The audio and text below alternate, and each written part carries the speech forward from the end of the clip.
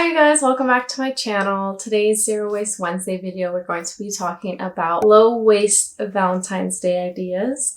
So let's get right into it. Let's talk about the number one gift for Valentine's Day, which are flowers. Before my zero waste journey, I never even thought about or looked into where our flowers come from. And once I looked into the data and saw the numbers, I was shocked. So I highly encourage you to look into that and see the numbers for yourself. But just to give you a little insight, most of the flowers we have here in the US are imported, and most of them come from Ecuador or Colombia.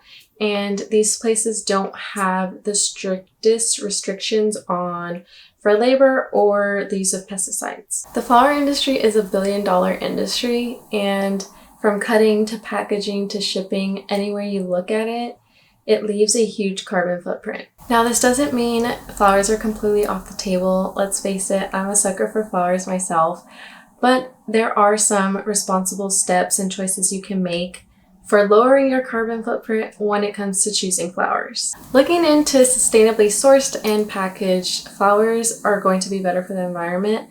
And sure, it may not be as easy as picking up a generic bouquet from the grocery store that's wrapped in plastic, but in my opinion, it's worth the extra effort. My suggestion is to research where you can get locally or ethically sourced flowers in your area.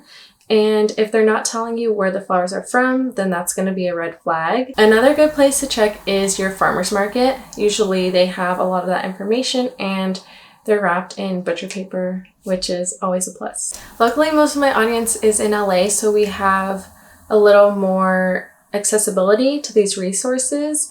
But if you're having a hard time finding a local flower shop that has ethically sourced flowers, I'm going to leave a link down below to an article from Thrive Market, and they list 5 different online shops you can look into. Another option is to skip the flowers altogether. If you like plants, you can opt for a plant and pot it in a secondhand pot or a pot from a local artist. Or you can opt for one of the cutest options out there, which is Plantable Hearts.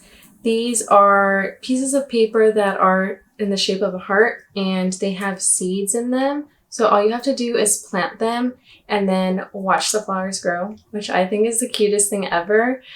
One of the more popular places to find these are on Etsy. You can always call your local flower shop and see if they have any there. So yeah, that brings us to the end of our flower discussion. But moving on, next we're going to talk about chocolate, because chocolate is also a very popular option. So when it comes to chocolate, you're gonna want to buy fair trade and organic chocolate. That would be the best option. This is more accessible. They have them at a lot of different grocery stores now. So all you have to do is look for organic and fair trade marks. The third thing we're going to talk about is Valentine's Day cards. Now, you can just make one yourself with the materials you have at home, or you can get one from a local artist. I'm going to leave 2 Instagram accounts down below that I've been loving recently that offer some ideas for Valentine's Day cards. They're super easy and fun, so I'll leave those down below for you guys to check out. Moving on to one of my favorite things to gift, which is gifting an experience. You can always get some tickets to see a movie or a concert, a play, tickets to a museum, anything you can really think of. You can also make dinner plans at a farm-to-table restaurant. And I'm telling you right now, these look like the cutest date night spots. So just do a quick little Google search and see what farm-to-table restaurants are in your area. And of course, you can always plan a cute picnic with locally and sustainably sourced goodies. A quick tip for planning a picnic is to head to your local thrift store and pick up a wicker basket. It's almost a guarantee that you're going to find a wicker basket at the thrift store. So if you don't already have one, that's a quick little tip. You can just pick one of those up and throw all the goodies inside. Easy to carry and you're good to go. Speaking of picnics, when it comes to wine, you want to shop organically and, if you can, locally. Organic wines don't use harmful chemicals, pesticides, herbicides, or fertilizers, so you don't have to worry about that when it comes to how your grapes are grown. I also just found out about biodynamic wine. So in addition to following organic regulations, they also follow biodynamic regulations, which focuses on the soil's health, and they use a closed loop agricultural system. So that's super cool. If you don't know much about wines, you can check out a all-natural local wine bar in your area, and it could be a super fun way to try different wines and learn more about them. Another super popular item during this time are candles. So an easy thing to do is opt for a soy candle.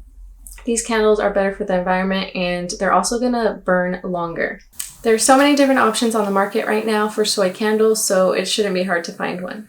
Lastly, you could put together a zero waste self-care kit. If you're not sure where to find all natural, organic, low waste products, I will leave some links down below for you to check out. You could just fill a wicker basket like the one I mentioned for the picnic with items such as lotion, soaps, essential oils, perfumes.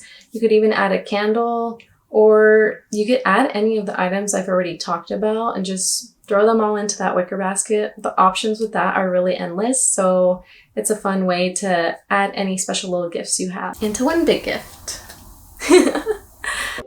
Also, a lot of zero waste websites have specific Valentine's Day categories, so they give you a lot of good ideas. I will leave links to those down below for you guys to check out as well. And with that, that brings us to the end of our Valentine's Day video. I hope you guys enjoyed it. If you guys have any comments or suggestions or ideas, definitely leave them down in the comments below. The comment section is open for conversation. So that's it for this video. Please don't forget to like, comment, and subscribe, and I'll see you guys in the next one. Bye!